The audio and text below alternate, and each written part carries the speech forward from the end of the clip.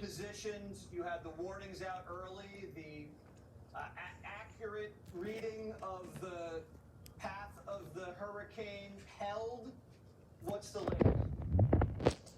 Right now we're experiencing, catastrophic storm surge and catastrophic wind damage, as the congressman mentioned in the two pieces ago. We are prepared to respond to that. We have more resources staged for this disaster than we've ever had staged for any other disaster in the history of Florida. We plan to come in here to, again, to the congressman's point, we do plan to come in by air first. We will have search and rescue assets ready to go in by helicopter. They will get on the ground and assess. Simultaneously, we will have Coast Guard vessels as well as Florida Fish and Wildlife Commission vessels that will be approaching from the sea, while the units that are over on Alligator Alley in Broward County will come in by land and push themselves through all the debris, push themselves into the heaviest impacted area. So we are going to put a three-prong attack on this thing. We're going to get started at first light in the morning, so long as the winds cooperate with us. The first aircraft into the area will be the Coast Guard's aircraft, because they have lower minimums than what the regular DoD military and National Guard have. So that's how we're going to attack it, but we are prepared. There's a lot of people that didn't leave. We're finding out hundreds of people that are calling into 911 centers asking for assistance right now that we just can't get in there and help out. If Floridians are flooding the 911, are there other ways to contact your emergency rescue teams? How do Floridians do that? Right now, if it truly is an emergency, then we want them to call 911.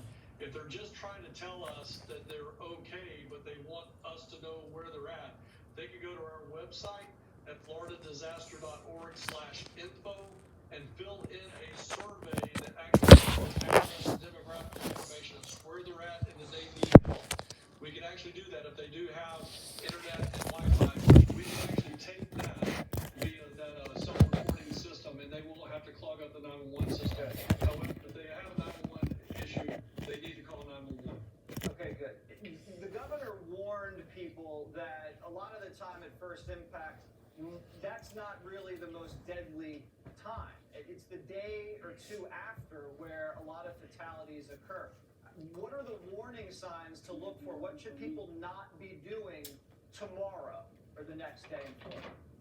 Yeah, so me and my friend Kim Graham, the director of the National Weather Service, former director of the National Hurricane Center, we've been presenting on this for probably 3 or 4 years now, and that is more people die of indirect deaths than direct deaths in a disaster. The number one cause per se is generator misuse. Move that generator out of your garage, move it away from windows. Most people will run those cords through the windows and leave just a very small crack, but leave the generator just outside. It's got to get away from the house. It's got to get away from the window. Second, get it up on some blocks so that if it gets in some water, you're not going to electrocute yourself. So generator safety, electrical safety, and then if you have no business getting on a roof and cutting your own trees and all that, stop and wait for a professional. We have a lot of people that die from chainsaw accidents, falling off of roofs and falling out of trees, and those traumatic events. So again, leave it to the professionals. Basic generator safety. Watch out for those cords and whatnot running through standing water.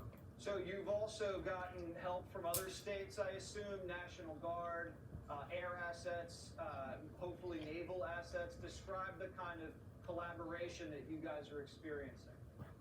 Yeah, so again, from Congressman Stewie's interview before, we have a lot of federal assistance right now, the U.S. Coast Guard. I have never had a 2-star admiral sitting in my EOC. I usually have a captain from the Coast Guard sitting in here, but I got a 2-star admiral in here helping us coordinate with a bunch of captains now. I've got a defense coordinating officer, a colonel from the Army. I've got a lot of federal assistance right now, probably in the neighborhood of 100 people just in Tallahassee, and then who knows how many more stretched across the theater all across Florida. We're getting a lot of federal assistance. We're getting a lot of state assistance. Again, to the congressman's point, we are getting plenty of federal assistance. We're getting a lot of state agency assistance, and the locals are going to be depending on us to come in and help them out. So we're getting all the assistance we need. We got a lot of help out there coming in to help these individuals out. That's really great to hear. And if other people throughout the country want to help out, is there a website that you can go to donate money or anything like that? Yeah, right now, I would have them, we do have it set up on our website, so I'm just gonna use our website for the time being. But if you go to floridadisaster.org, there will be a donate cash type, button there, and it'll pass you through to the Volunteer Florida, where we've opened up that, donor portal. So the easiest way to do it right now, Jesse, is just go to floridadisaster.org, and go to our website, click on that, it'll pass you through. Please don't send us your leftover stuff. That is not the way to go. We know you want to clean out your closets and donate all your materials. That is not the way to go.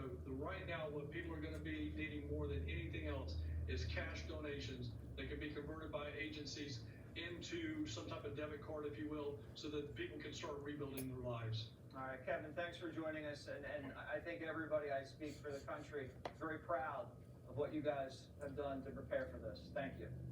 Thank you, Jess. Appreciate it. Jonathan Seri is live in Atlantic Beach, Florida. Jonathan, whoa, that looks a little windy. Yeah, it's extremely windy. And understand, Jesse, we're near Jacksonville. It is in the extreme northeastern part of the state, while the brunt of the storm made landfall in southwest Florida. We're on the opposite side of the state, and yet you can see how blustery it is off in the distance. There's heavy surf. You can see the sand that heavy equipment was piling up earlier this evening to prevent the ocean from washing over. These natural dunes nearby with the sea oats are